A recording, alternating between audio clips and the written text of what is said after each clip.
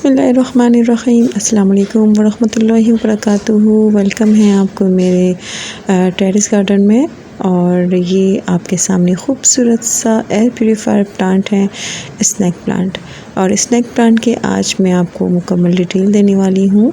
इससे पहले कि मैं अपनी वीडियो शुरू करूँ, आपसे रिक्वेस्ट है कि अगर आप मेरे नए हैं चैनल पर तो काइंडली मेरे चैनल को सब्सक्राइब कर दीजिए और बेल आइकन ज़रूर प्रेस कर दीजिएगा। अच्छा, तो ये जो प्लांट है ये मेरे गार्डन में जगह जगह आपको मिलेगा, क्योंकि मैं लाई थी एक प्लांट और एक प्लांट से मैंने कई सारे प्लांट बनाए। ये मेरे अपने हाथ के प्लांट जो हैं वो मल्टीप्लाई किए हुए हैं।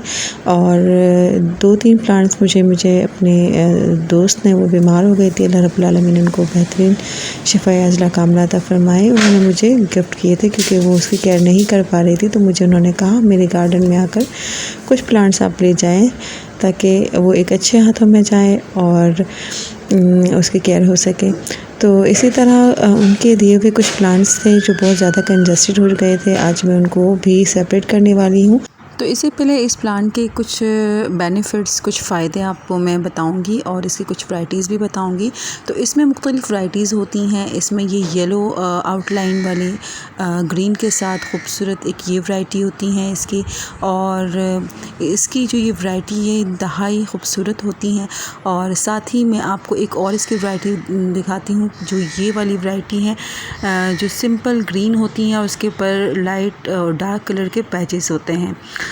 तो वो वाली वैरायटी जो है आपको कॉमन मिल जाएंगी। और कुछ वैरायटी इसकी ऐसी होती हैं जो ड्वार्फ होती हैं और कुछ स्लेंडर शेप की होती हैं। तो ये बेहतरीन प्लांट है, एयर प्यूरीफायर प्लांट है। आपके घर में आप इसे इंडोर रखें। मैंने अपने लिविंग रूम में भी इसके रखा हुआ है, अपने ड्राइंग रूम में रखा हुआ है, अपने बालकनी गार्डन में रखा हुआ है, अपने टेरेस गार्डन में रखा है, और अब मैं इसको अपने रूफ टॉप पर भी रखूँगी। मतलब आप इसको सुबह की जो ठंडी धूप होती हैं उसमें भी रख सकते हैं, जो सिर्फ 1 घंटे की हो। और साथ ही आप इसको कटिंग भी बहुत आसानी से लगा सकते हैं। आगे जाकर मैं आपको इसकी कटिंग लगाने का तरीका भी बताऊंगी।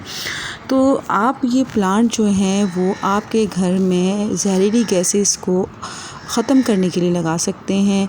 हवा में आलूदगी हो, माहौल में आलूदगी हो, तो आप इस प्लांट को भी बड़े ही खूबसूरती से सजावट के तौर पर और साथ ही गैसेस को अपने अंदर ऑब्ज़र्व करने के लिए भी बना सकते हैं। तो हमारे घर की जो फ़िज़ा होती हैं उसको ये बहुत ही फ्रेश बनाता है।